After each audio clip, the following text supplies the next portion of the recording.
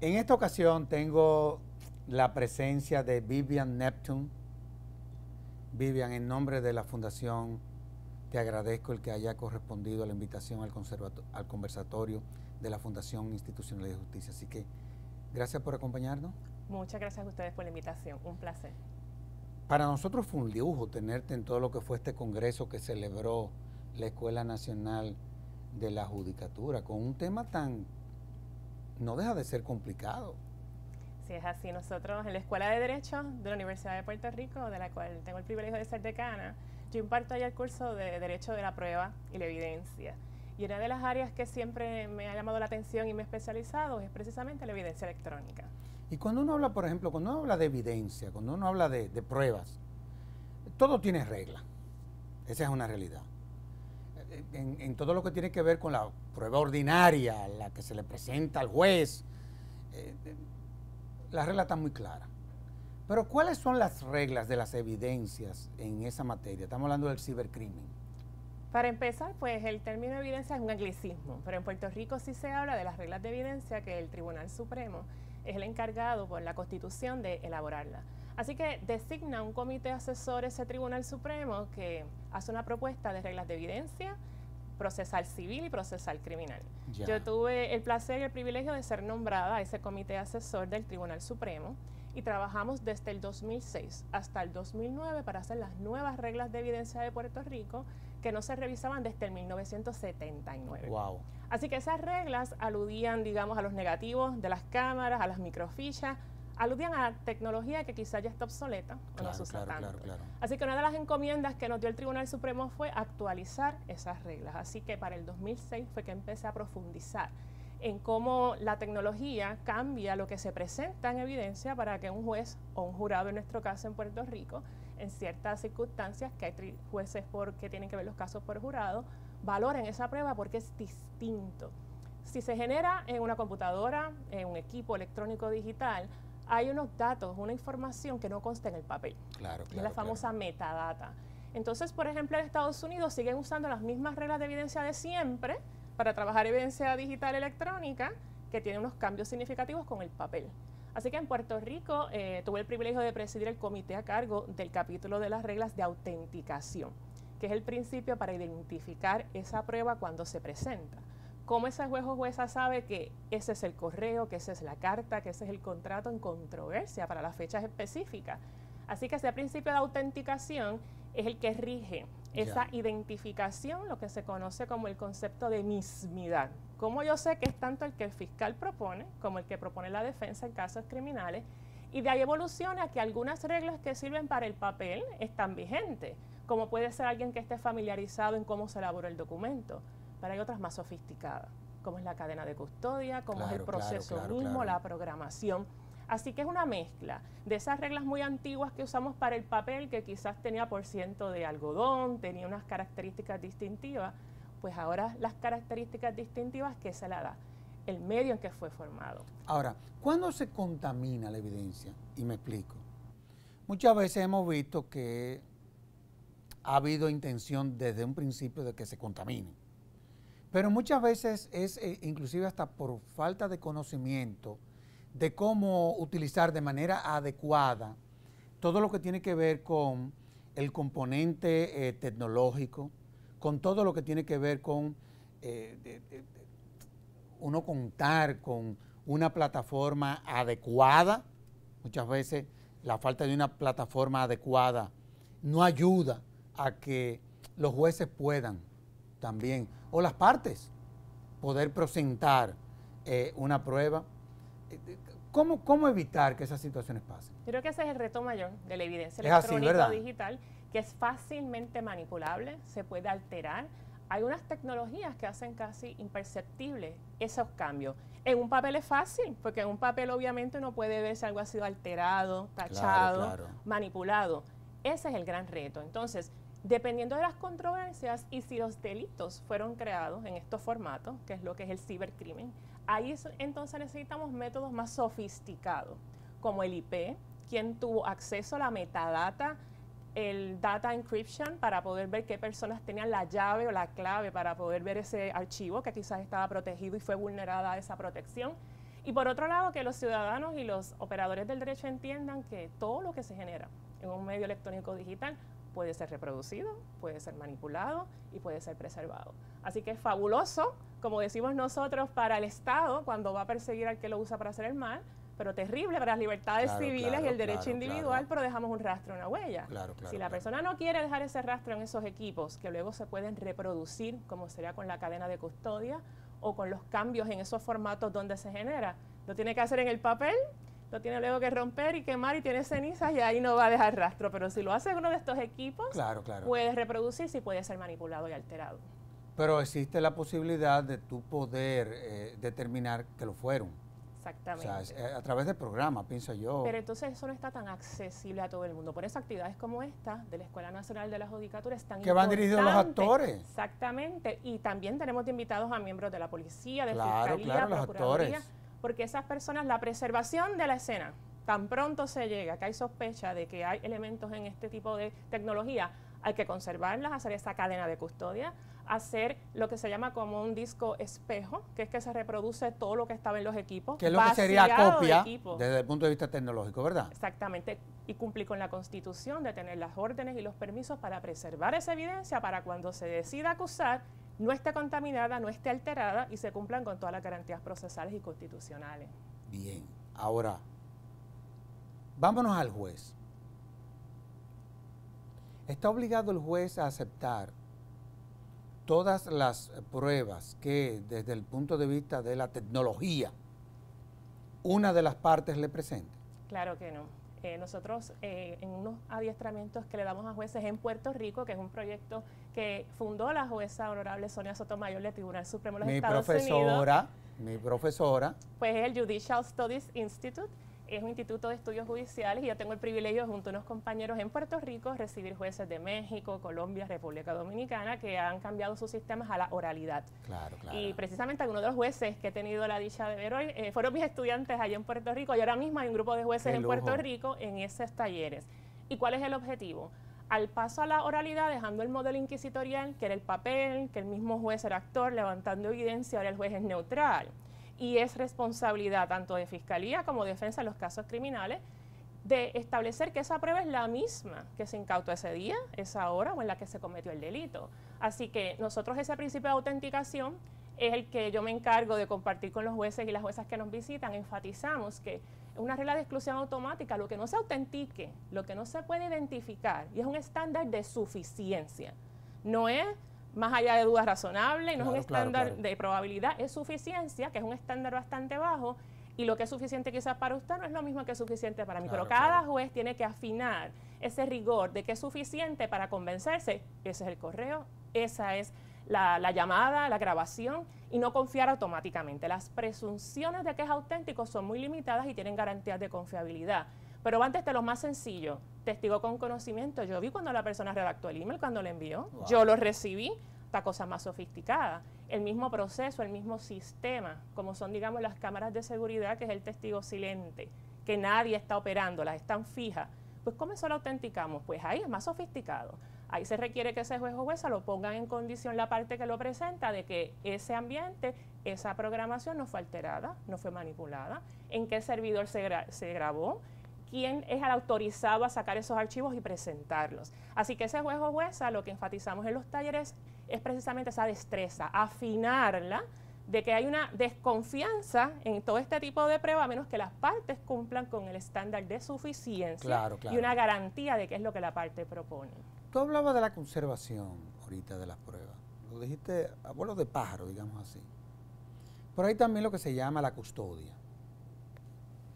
Por ejemplo, en todo lo que es la prueba ordinaria, yo recuerdo cuando yo era Ministerio Público, bueno, tú lo que hacías era que la identificaba con una numeración y la archivaba un tanto para que cuando a ti te tocara disponer de ella para presentársela al tribunal, identificarla de una forma fácil. ¿Cuál es el mecanismo que cuál es el mecanismo que se tendría para uno poder conservar, custodiar e identificar Las pruebas desde el punto de vista de la tecnología. Comienza esta intervención de la policía. Esas escenas, comienza. preservarlas hasta que esté el Ministerio Público, lo que estén los fiscales. Hasta entonces en Puerto Rico es ciencias forenses. Yo sé que cada país le llama diferente, pero es ese ente que es el encargado de hacer las pruebas, conservarlas, y cuando ese fiscal decida someter esos cargos, que esté disponible y luego tiene que autenticarla en el tribunal. Las mismas personas que practicaron las pruebas, por ejemplo, hay jurisprudencia muy interesante de Puerto Rico y Estados Unidos, que digamos el que analiza que algo es droga, que se incautó, el derecho a la confrontación requiere que esa persona testifique en el juicio en su fondo. El papel diciendo que eso es droga no sería suficiente porque el papel no podemos hacerle preguntas. Así que va más allá, se preserva, se hacen los análisis y luego alguien declara sobre esa prueba que se realizó y que eso, digamos, es droga. Es una computadora, es un equipo tecnológico el que hizo el análisis, pero es un ser humano el que esa prueba la conservó, la introdujo y leyó. ¿Qué preparación tiene ese técnico? ¿Qué otras pruebas hizo ese día? Se siguió la cadena de custodia, así que todo eso activa el derecho a la confrontación, que es otro tema muy interesante en el término de la prueba de referencia, que va de la mano con evidencia electrónica, en la medida que mucho de lo que generamos son declaraciones. Así que hay jurisprudencia reciente del Tribunal Supremo Federal y de Puerto Rico que dice, tiene que declarar quién hizo esas pruebas porque eso afecta a los derechos constitucionales de la parte. Así que un rigor muy alto en esa preservación, y yo creo que ese es el reto más alto, la falta quizás de recursos de muchos sistemas investigativos, pero capacitaciones como esta, darle el apoyo financiero, el presupuesto, el entrenamiento, intercambiar a través del derecho comparado que hacen otras jurisdicciones de manera más ágil, daría más confianza en el sistema, y cuando finalmente se presenten los cargos, esa persona va a poder tener la prueba completa, fiscalía, y ese juez va a estar en una mejor posición de valorar esa prueba. Cuando tú hablas del derecho a la confrontación, desarróllame eso un poquito más. Tanto la Constitución de Puerto Rico como la de Estados Unidos, y tengo entendido que la mayoría de los países la tiene, es que una persona acusada de delito que va a juicio en su fondo tiene derecho a que declaren en su presencia ese testigo y que le presenten las pruebas para poder contrainterrogar. Ha evolucionado la jurisprudencia para equiparar que el derecho a la confrontación no tiene que ser cara a cara, el equivalente funcional es el contrainterrogatorio. Luego que ese testigo declara, da su versión, está imputando con conocimiento personal, que es uno de los requisitos para ser testigo, que esta persona acusada cometió estos actos, que mi defensa, mi abogado, mi abogada de defensa pueda contrainterrogarlo. Y es muy poderoso porque eso basta de su motivación, su parcialidad, y para ver si está diciendo la verdad. ¿Dónde usted estaba colocado? ¿Qué intereses pecuniarios usted puede tener en este resultado? ¿Cuál es su motivación? ¿Está parcializado o si es una persona mendaz que miente? Así que la confrontación es la que garantiza que podamos, la defensa, articular los mecanismos de impugnación, no le creas a este testigo, o a la misma vez para poder obtener testimonio que me beneficia a mí como defensa. Así que es muy poderoso, y mucho de lo que generamos, textos, correos electrónicos, páginas de internet, en la medida que ese medio entrara solo, el papel o la foto o la nube, bajamos el archivo y aquí está, no podemos contrainterrogar, no podemos confrontar. Hace falta la persona que preserva, que garantiza o que generó la información, o la persona que de alguna manera hizo la programación. Así que hay una correlación entre lo que es el derecho a la confrontación, prueba de referencia y la evidencia electrónica, porque cada vez más nos comunicamos, hacemos todos nuestros intercambios en estos medios, y en la medida que luego se requiera presentar en el tribunal, hay que cumplir con esta garantía. Ahora, ¿cómo garantiza, ya que tú estás utilizando el término, el debido proceso de la tecnología? Porque ese es otro tema. Claro que sí, eso se retrotrae hasta cómo el Estado obtiene la evidencia. Y entonces eso va de la mano con las expectativas de intimidad. Cada sociedad ha evolucionado y ha reconocido una expectativa de intimidad, y la jurisprudencia más reciente dice que eso evoluciona con el tiempo. Lo básico es en la Constitución la protección a las casas, a los hogares, a los papeles, un debido proceso de ley para emitir unas órdenes con causa para que hagan un registro, un allanamiento. Eso ahora se ha extrapolado pues a nuestros equipos. Hay jurisprudencia muy reciente, como es un caso del Tribunal Supremo de Estados Unidos de junio del 2018 sobre un teléfono, Carpenter versus US. Y las expresiones que hace el Tribunal Supremo Federal son contundentes. Hay más información en un teléfono celular que la que quizás usted tiene en su casa.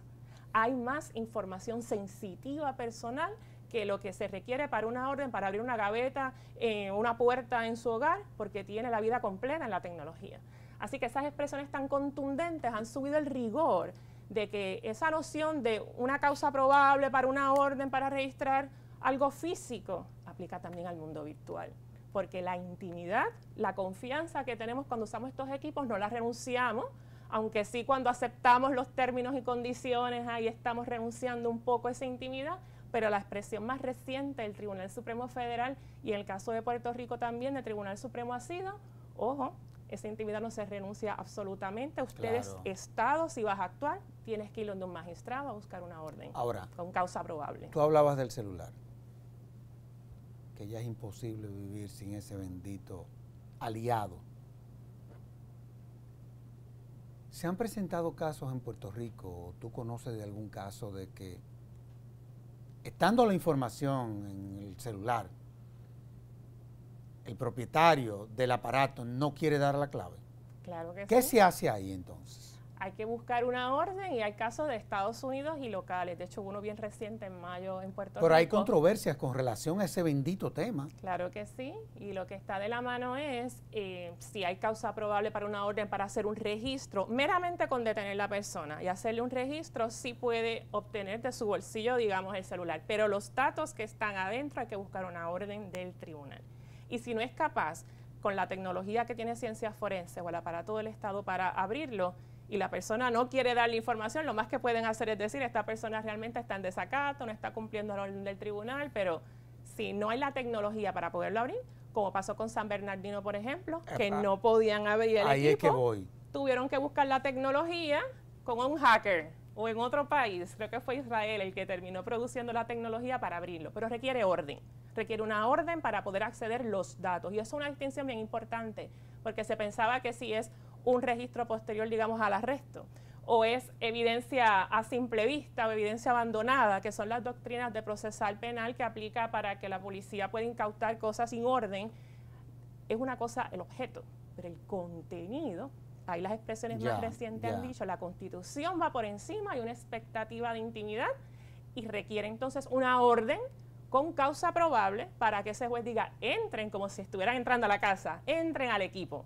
Pero hay que ver si tienen la llave. Por eso es lo mismo romper la puerta para entrar el candado, que si tienen la encriptación o los procesos para poder entrar al contenido. Ahora, tú vienes trabajando este tema desde el punto de vista de una visión inclusive hasta comparada. Y qué bueno. Yo creo que no habría otra forma también de meterse en esta frecuencia, porque se trata de crímenes transnacionales también, en donde cada uno de nuestros países tiene sus legislaciones, aunque existe el Tratado de Budapest, eso está muy bien.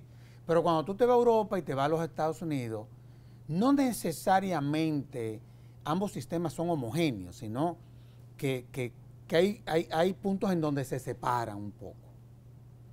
¿Cómo se resuelve el problema entonces, siendo un crimen transnacional, cuando muchas veces las legislaciones son diferentes y los sistemas judiciales también?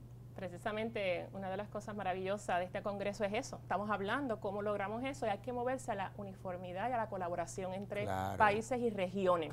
Países que estamos muy cerca o que sabemos dónde están las nubes. Pues esas fincas de servidores están en ciertos países. Pues hay que tener acuerdos de colaboración y acuerdos con esos países, como el caso tan reciente que hubo ahora de Microsoft Irlanda, que básicamente le piden dame Google y dicen no es que está en Irlanda, pues habla con Irlanda. Terminaron aprobando el Cloud Act y terminaron aprobando una legislación que requiere. Pero fue un proceso. Y por eso el Supremo de los Estados Unidos había emitido ese cerciorario y no tuvo que ver el caso porque se legisló.